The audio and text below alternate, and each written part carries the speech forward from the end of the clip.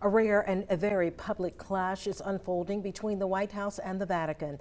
President Donald Trump and a U.S.-born Pope Leo are now trading sharp words, disagreeing over war, immigration, and moral leadership. The president is defending his policies while the Pope is calling for peace. WSAV's Rashad Hudson has the latest from Washington.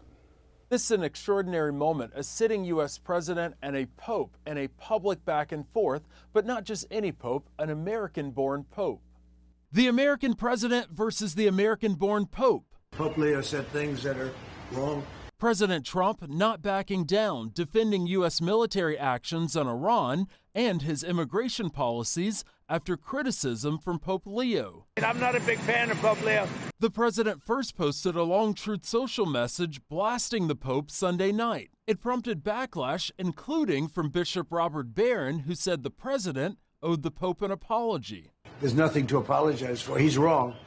The other thing is he didn't like what we're doing with respect to Iran, but Iran is wants to be a nuclear nation so they can exterminate the world.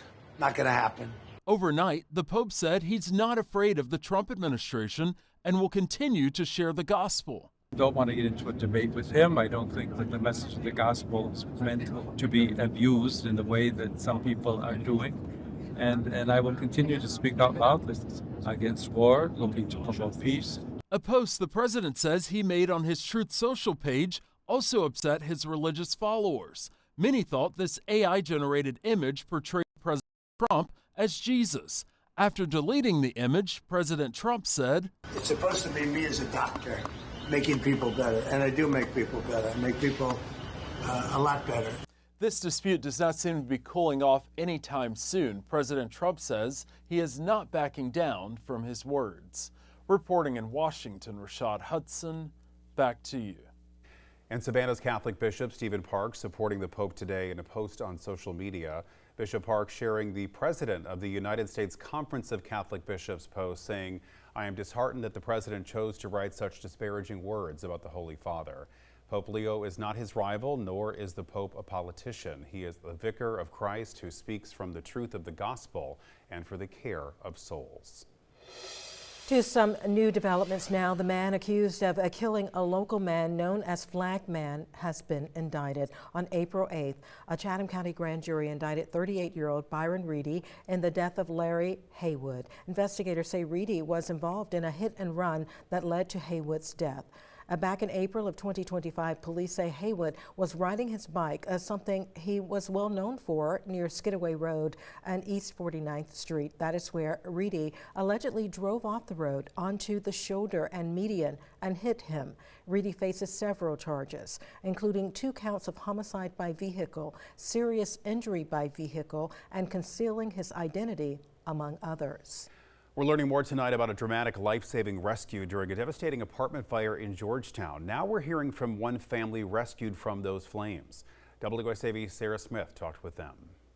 3 stories high, that's how far 2 children under the age of 5 were dropped into police officers' arms, their mother only concerned with their safety. Thankfully, everyone made it out alive, but 18 total families were displaced in this fire. That window right up there. That's the window we came out of. For Tanasia Grant, what's left of this bedroom window is a reminder of her brave actions and the actions of local law enforcement who stood 3 stories down with arms open to catch her 2 girls. Something that I had to do. I did not want to, but that was our only way out. They caught them safely, but we lost everything, and I feel traumatized. My kids are traumatized. Grant's brother and his pregnant fiancee Victoria Ellison were also in the apartment. It was really scary for us. It was unexpected. No fire alarms were going off. Once the Chatham County Fire Department arrived on scene, Captain John William Farrell and firefighter Christopher Carter were able to extend a ladder up to the window and rescue them. It was either life or death. Like, you either had to, like we did, had to go out the window or we were going to be dead. Yeah. Among the paramedics on scene, one of them lives at Georgetown Oaks, Bree May. She did her job. She obviously was super focused on the patients. She didn't have time to check to see if her apartment was involved. She finished her shift. But her apartment was one of the 22 totally lost. According to her friend Ellie, Bree shares the apartment with her boyfriend and Bryan County Fire and Rescue paramedic and firefighter Anthony Nunez. I think both of them are kind of in the headspace of, you know, we see this stuff all the time and we're very empathetic. Tragedy struck, and unfortunately it was hers that was involved this time. The community now supporting the 38 people who lost everything. Looking at their home, Grant and Ellison shared a message of love and support for everyone affected. Everybody got out and everybody have life, so that's what we're more thankful for. Yeah, everybody helped each other. That's the best part. If you'd like to support any of the families involved in this fire, you can visit our website, WSAV.com. The Red Cross is also assisting them, and the State Fire Marshal is investigating. In Georgetown, I'm Sarah Smith, WSAV News 3, on your side. With a busy weekend expected on Tybee Island, law enforcement is preparing ahead of time to keep traffic moving and drivers safe. The Tybee Island Police Department will host a multi-agency road safety checkpoint Thursday night. It is set to begin around 7 p.m. on Highway 80 near Lazaretto Creek, the main route on and off the island. Now, the checkpoint comes just ahead of the weekend beach event known as Crush Reloaded, which in past years under the name Orange Crush has brought thousands of visitors and heavy traffic to Tybee. Some sad news tonight from the local radio community. A well-known coastal Georgia radio voice is battling cancer. Mark Robertson spent nearly 5 decades on the air before his retirement last year. WSAV's Isabella Baez spoke with his former co-host and close friend, and she joins us now. That's right, Ben. He couldn't do enough for his listeners. That's how friends of Mark Robertson describe him. And now they are sharing their stories with him as he's currently battling stage 4 pancreatic cancer. It's Mark Robertson. Good morning. Mark Robertson was a local radio icon, working nearly 5 decades behind the mic at 98.7 The River, a dream after moving to the area from Brooklyn. During his time, he co-hosted the Mark and Sandy Morning Show with Sandy McLeod, who reflects on their time waking up with their listeners. And just having a good time on the air. We used to always have, as much fun as you can have getting up at 5:30 in the morning to go be with somebody. He was great. He was always funny and gracious to people. Robertson retired last year after 48 years on the air. However, he is now battling stage 4 pancreatic cancer. This news shocking the community he once served. I'm just devastated to hear about this, and I just wish there was something I could do. But clearly, in situations like this, the only thing you can do is pray and remember good things and share the good moments and share the good memories. McLeod shared multiple stories about Robertson and their time working together, saying he was funny, kind-hearted, and had a huge love for animals. She says he would do anything to make just one person's day better. I think when you're on the radio, especially in a morning show or afternoon show, when you're in the car with people and they're stressed out and you're trying to make them take the burden of being angry in traffic or whatever, people feel like they know you. And I think a lot of people felt very close to Mark. I think he would appreciate just knowing that people do care. Friends say Robertson is currently at home surrounded by caregivers, loved ones, and his animals. Isabella Baez, WSAV News 3, on your side. Thank you, Isabella. A Liberty County woman who escaped slavery during the Civil War is being honored in a powerful way in Midway. A new park dedicated to Susie King Taylor now stands on the very land where her journey to freedom began, recognizing her life, her legacy, and the years of work to preserve her story.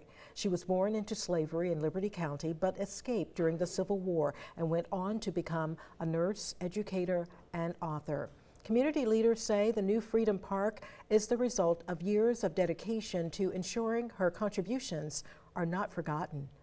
Legacy, my lifelong project, and it is in lecturing about her, creating the Susie King Taylor Museum, the Susie King Taylor Institute, that we have partnered in vision and work and practice with community leaders. This was constructed in the last 3 months.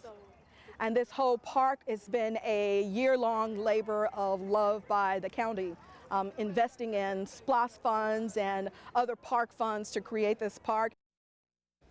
Officials hope the new space will help keep Susie King Taylor's legacy alive for generations to come.